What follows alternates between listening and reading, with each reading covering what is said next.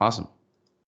We're going to talk about financials now. So we understand the revenue models from week one, and the paid downloads, subscriptions, in-app purchases. We understand in-app advertising from week two, which we talked about all the different formats of advertising with video ads and interstitial ads. So now we're going to talk about financials. How do you actually understand how you're going to make money? How do you start to do some of those early calculations? What metrics do you need to track and start tracking, for expenses versus income and the different types of expenses you might have? All right, so let's do a test. This is a fun one, not an actual test. Now, I want you guys to take out your phones, and you might already be on them. That's fine, but take out your phone, go to the homepage. I'm gonna try this as well. And I want you to go to the main page, like exit any apps that you're in, and I just want you to count, aside from the apps that come with the phone, count the apps that you've downloaded. So I'm going to go through mine here and just count all of the third-party apps that you would have had to go to the Play Store or go to the App Store and click download, and type your number in the chat or just shout it out once you've counted. And I want to see if you guys fit within the statistics. So I'll give you a minute to do that. I'm going to count through mine here.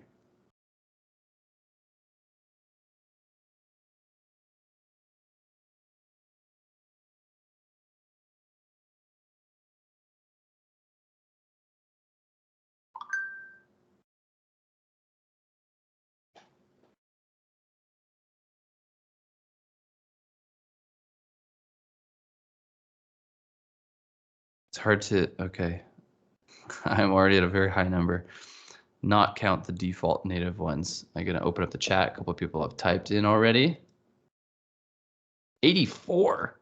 Oh, wow. Let's see if I can beat that.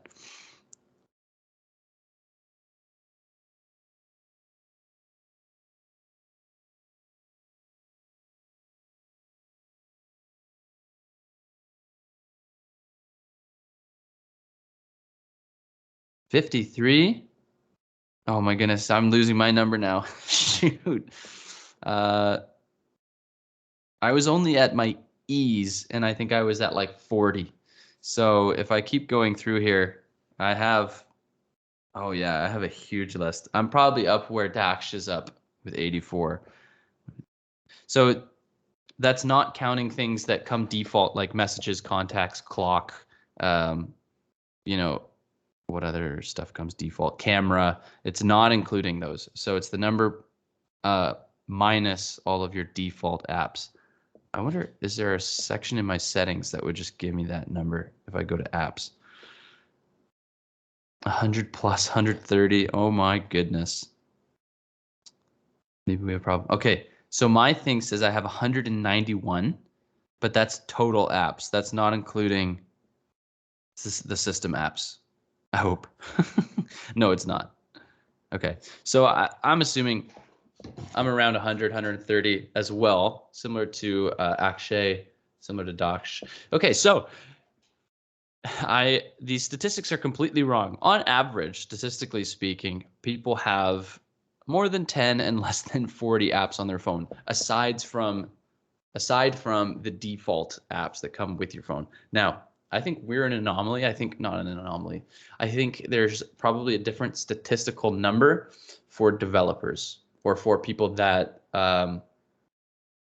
program mobile apps specifically. I think you're going to be on your phone more, and I think we have a passion for developing for mobile. So because of that, we're going to be on our phones more. Because of that, we're going to be using mobile apps more, just because that is our interest. That's our, that's your route that you're going to school for, literally. So the fact that you guys have double, triple that, I don't think is anything crazy. So interesting. But I do think if I were to take out like my wife's phone or something, and I know she doesn't have a lot of apps. She has maybe one game she plays and then a couple things for like social media. So like your classic Instagram or Facebook or whatever, it probably would be between that 10 and 40 number. So I think for most people on average, that statistic is true.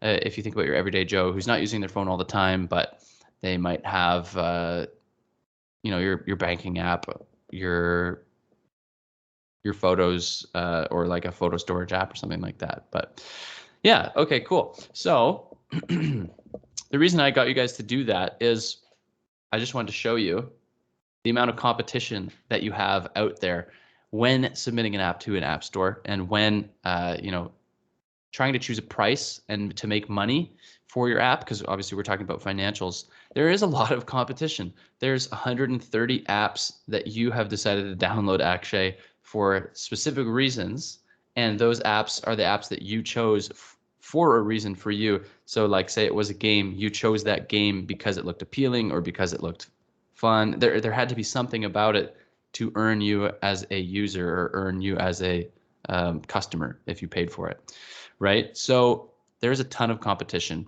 There's more than 3 million apps on each platform, on Google Play Store and the Apple App Store. So I'm not saying this to discourage you, because that isn't necessarily against or shouldn't be creating a desire for you not to want to compete.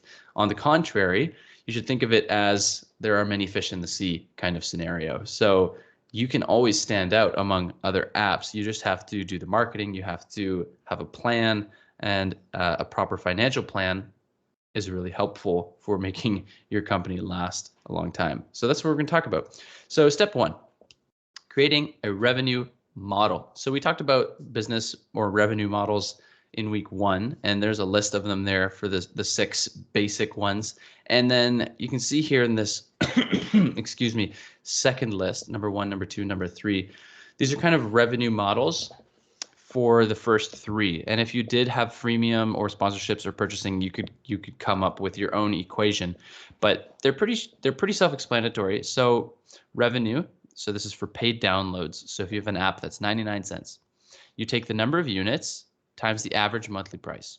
So your average monthly price is 99 cents. And how many sales did you make? Oh, you sold 1,000 of them. Okay, well, you make $9,999, or you make $1,000. 1,000 sales times $1 is $1,000. Subscriptions is getting a little bit more complicated. So you take your number of paying users times your average monthly price plan. So say Spotify is $5 a month. You have 100 users. That's $500 of monthly recurring subscriptions. Okay.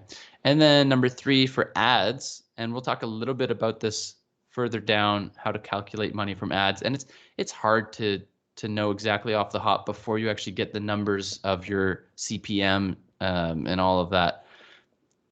You take the number of recurring users, the sessions per month, or your average sessions per month, your average minutes per session. So how long do they spend on your app? And then you take your ad impressions per minute and times it by your average CPM and divide that by 1,000. And that would get, hopefully, you close to an estimate for how much you can make off of your ads. And when you do sign up for ads, you'll get parts of these equations. So you'll get your CPM, you'll get your impressions per minute and all of that stuff through your analytics when you do sign up for something like AdMob and you hook that up to your app. All right, so just a couple basic revenue models for you to think about and kind of inspire. You can come up with your own for freemium, sponsorship, and purchasing if those are revenue streams that you guys are going to choose. All right, so that's step 1. Step 2, budgeting your expenses. I'll make the text here a little bit bigger because it's hard to see. Oop. There we go. Oops, that's good. So we have our income. We know what our revenue stream is. We know how we're planning on making money. Step 2 is we've got what's coming in, what's going out. Okay, and hopefully what's coming in is going to be more than what's going out. And it might not be right away, but hopefully that's the plan. So you have to classify your expenses into 3 categories. There's fixed costs, and then there's variable costs. Those are the 2 main ones. And then the last category is startup costs. And those are like those one-time purchases, like your developer license or something like that. So I'll just kind of break those down for you a little bit more. To make it easier to understand, we can divide them. So variable costs would be something like your cost per download. So for every download you get, there's a cost associated to that. You know, your hosting fee or your your yearly Apple developer fee. You have to pay for that, or you have to pay 30 cents in commissions to Apple or to Google Play because they take 30% cut off of every purchase. Your cost per active user. How much does it cost you to keep a user on your platform, right? Because you have to pay for things like hosting, you have to pay for things like database management or servers to host your users' information on. So it might be really low, but it still is a cost. And then you also have your cost per paying subscriber. So if you have a subscriber, how much does it cost you, right? And you take all those variable costs, and those might change depending on different months or depending on different times of year, how many users you have that month versus, you know, how much what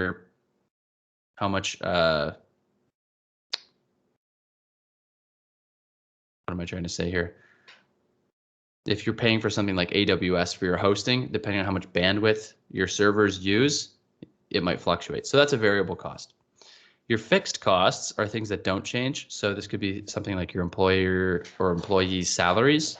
So if you have employees at your startup and you're paying them, if you have a freelancer and you're paying them a wage, a set wage, if you're paying for web hosting that isn't, you know, dependent on bandwidth changing, then, you know, that's a fixed cost. And if you're using an office or office utilities, those are fixed costs. Now for you guys, you probably don't have any of that stuff yet, but something to consider.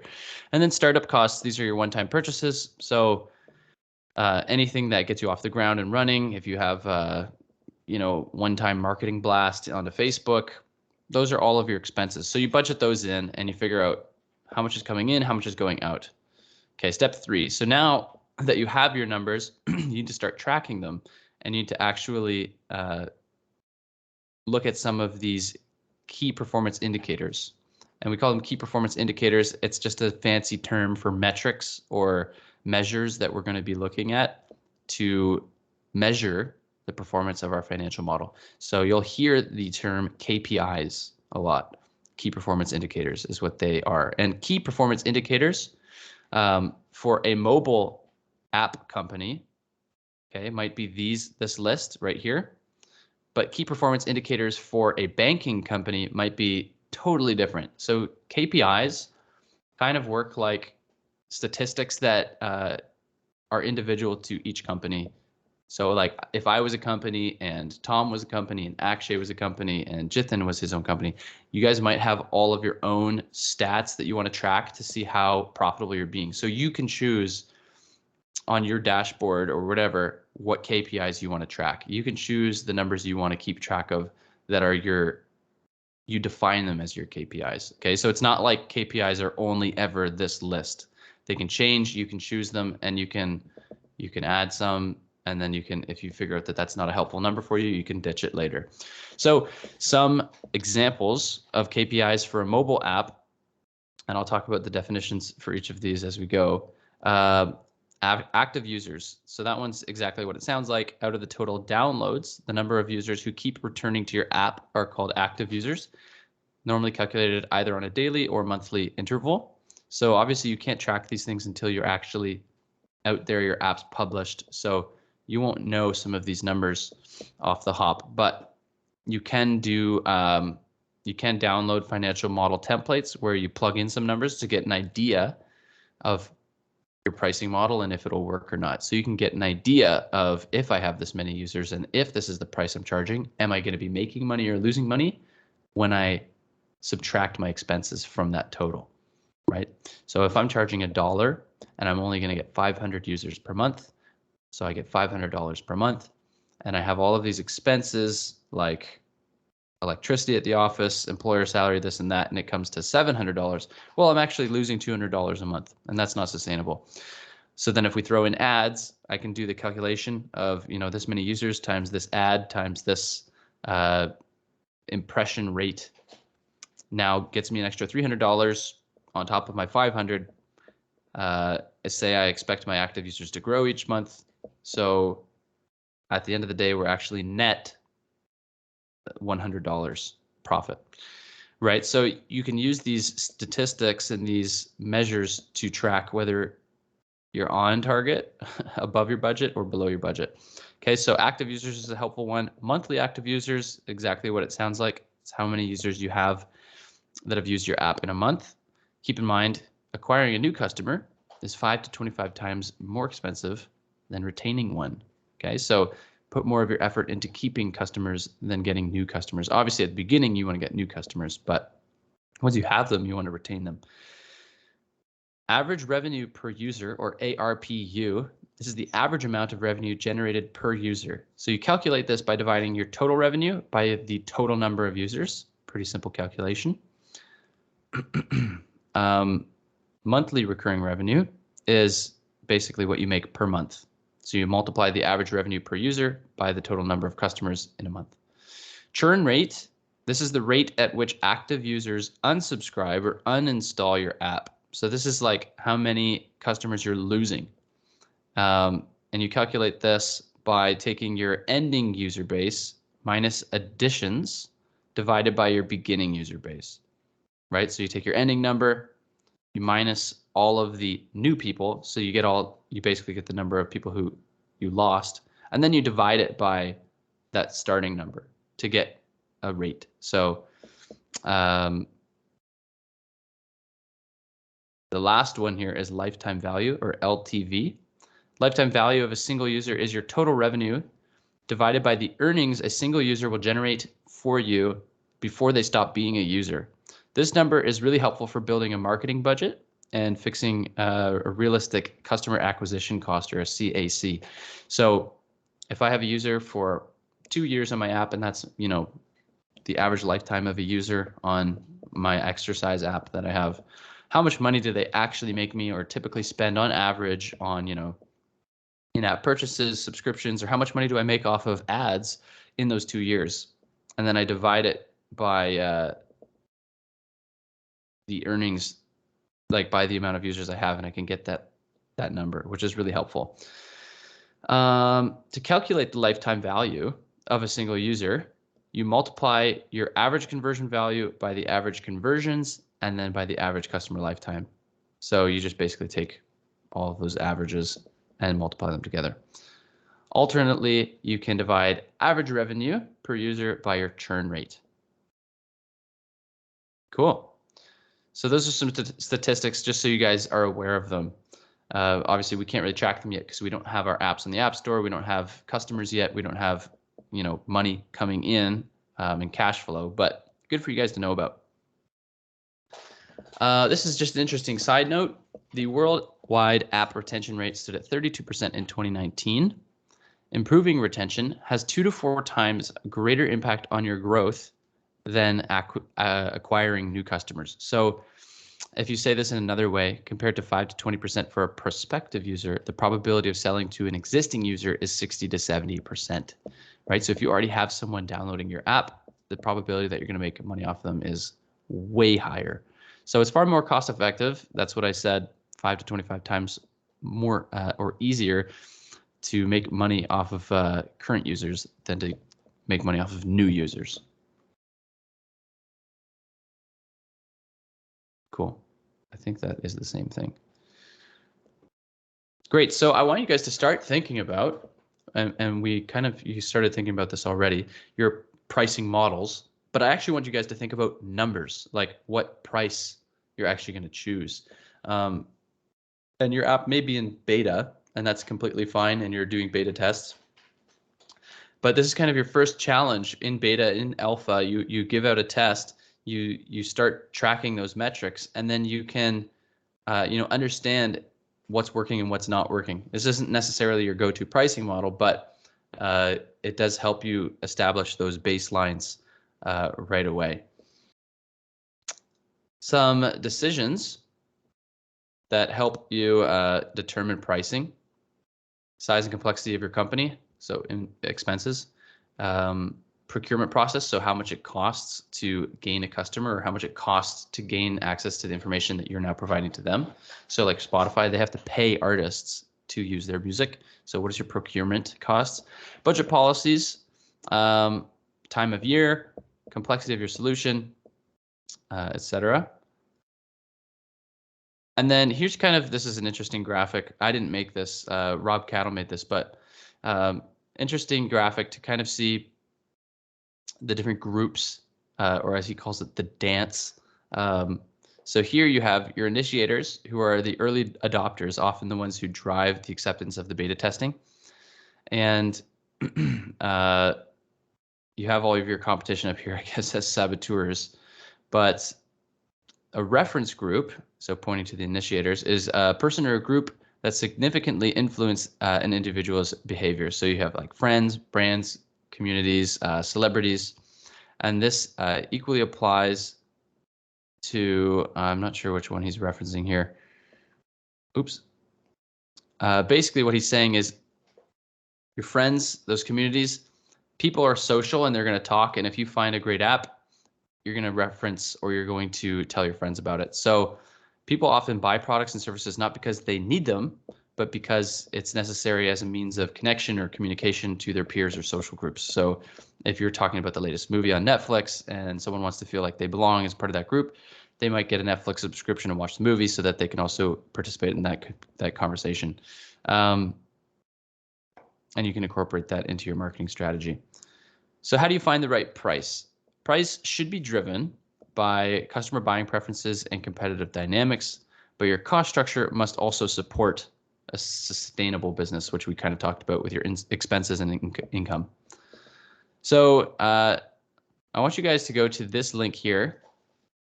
We'll take a 10-minute break. So if you want to fill this out and then also finish your content rating, you can. But go to this link here and just answer this question. What element do you think you should use to base your price on? Oh, wow, that came through really large. I don't even know. Did that send as a link?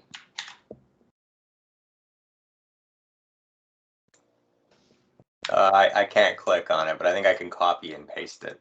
Okay, thanks. You might have to copy paste. I will put it into my browser though. And then, yes, I bet you. There's a link. You'll see some answers there already. Don't let them influence you, but yeah, just type your answer here. What is your price based on? What would you base your price on? And you can look at some of the other answers and see the word cloud. But we'll come back at 10:10, so I'll let you guys fill that out, and we'll get back into PowerPoint and then continue. So we'll see you guys at 10:10.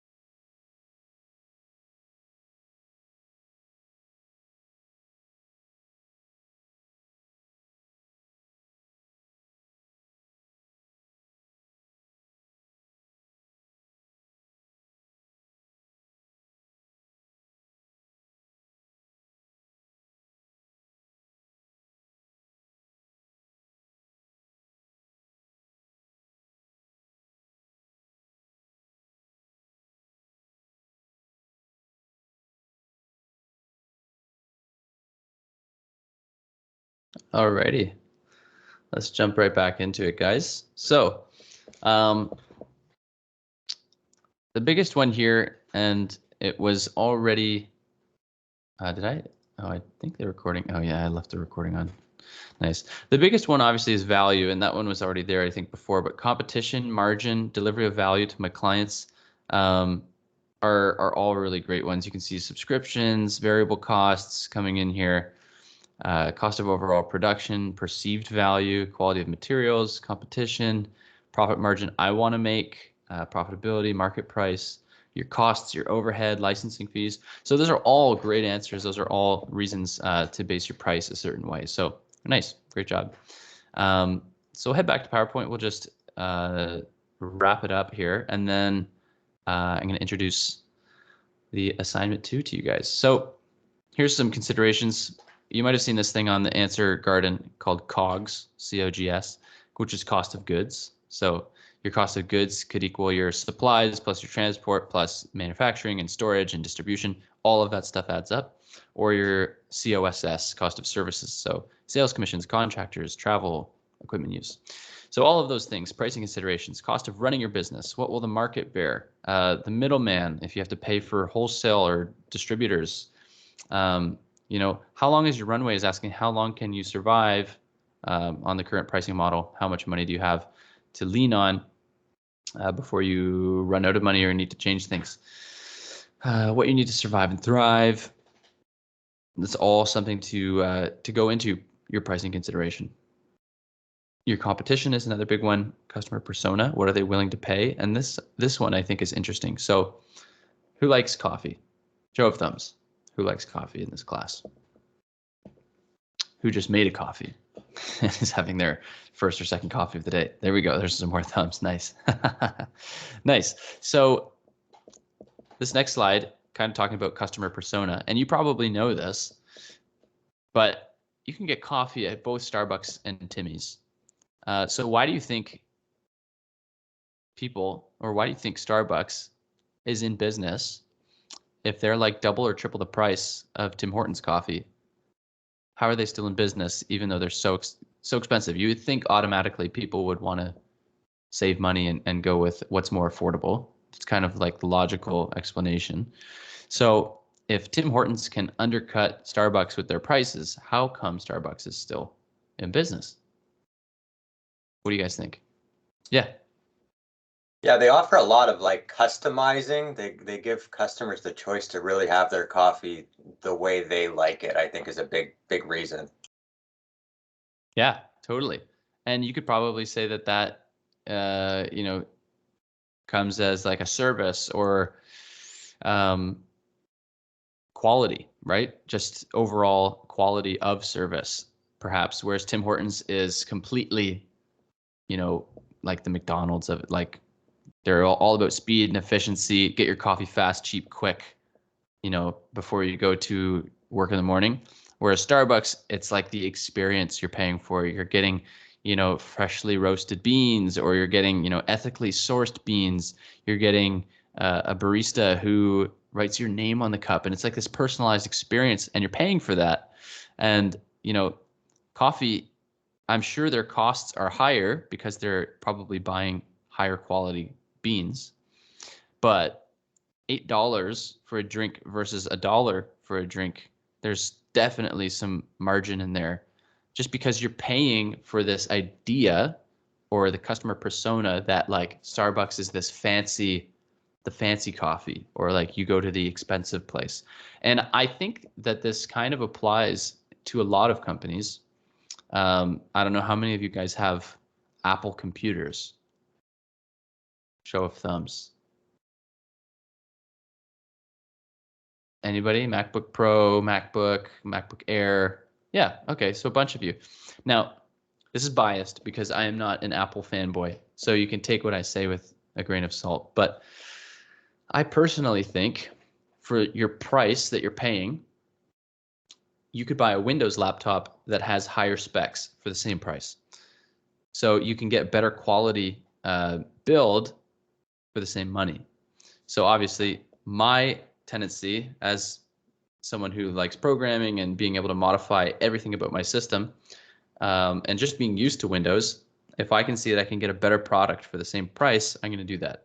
And I think kind of with Apple, it's the same as Starbucks, where it's like you get this really sleek looking unibody aluminum MacBook that's just beautiful. Okay. I will give them that. It's designed beautifully and it just looks so polished, right? The way you close the lid, the sounds it makes, the keyboard, like everything to the nth degree is just refined, and you feel like it's this amazing product, and it is built really, really well. Whereas, but the inside, like the chips and stuff, you can have really good chips. Don't get me wrong, you can have really good Apple laptops, but just for what you're paying for, you are paying for that idea of this this really fancy, beautiful looking product that's this nice aluminum. Like you are paying for that at some point. And I do think Apple prices their products pretty high compared to some of the stuff that you can get for a lower price, but it's the same like chipset, the same graphics card, the same screen refresh rate, all of that. And you can disagree with me, you can agree with me, but there are definitely companies out there where the product they provide, they just make the price this obscene value.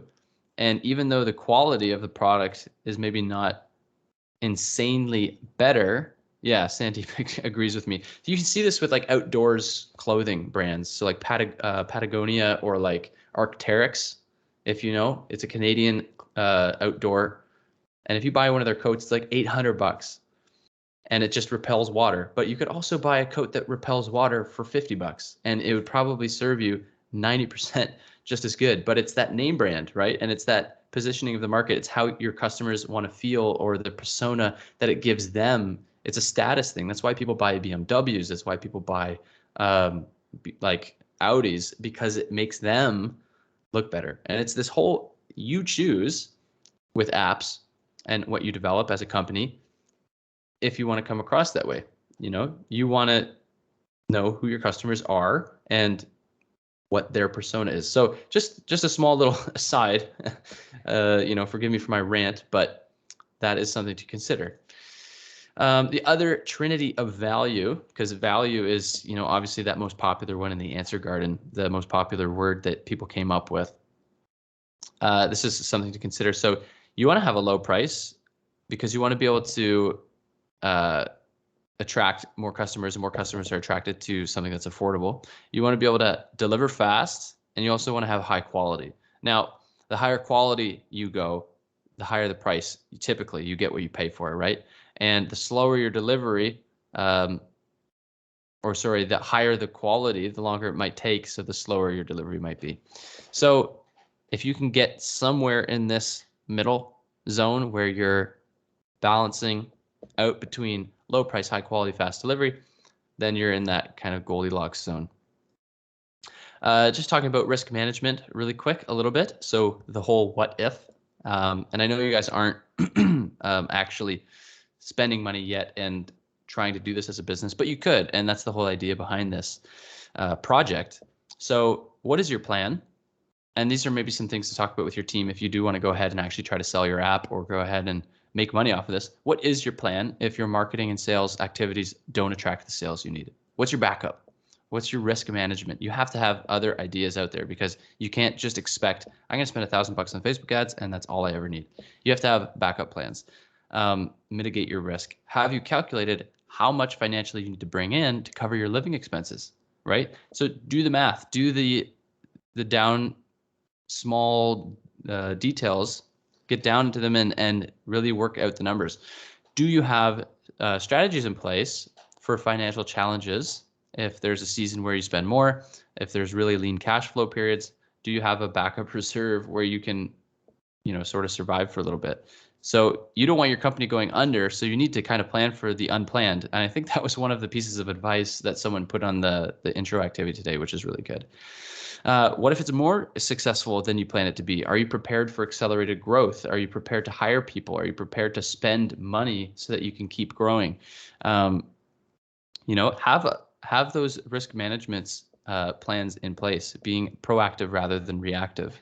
What if you have a life event that inhibits you from doing your job?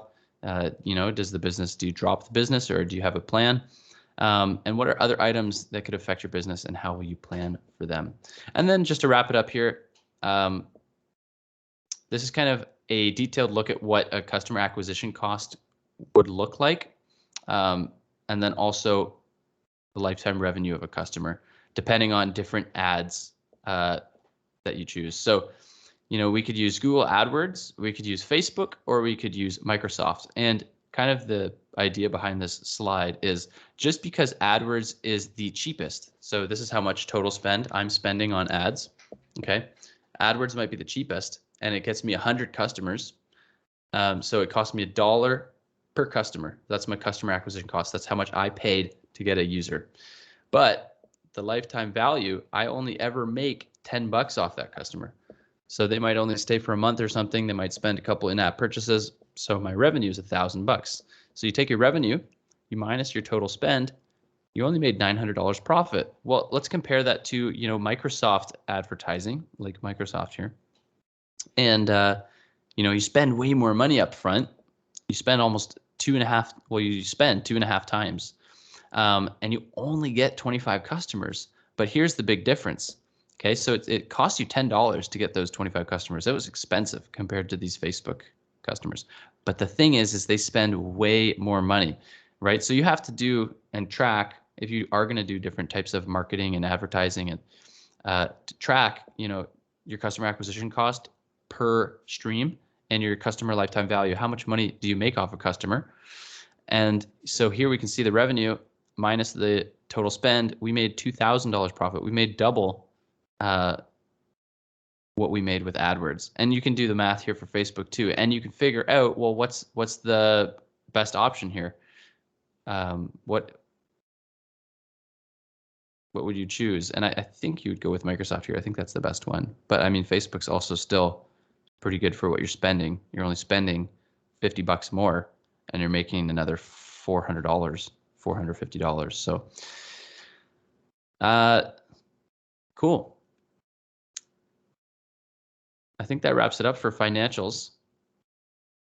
So we're going to end this recording here. I'll just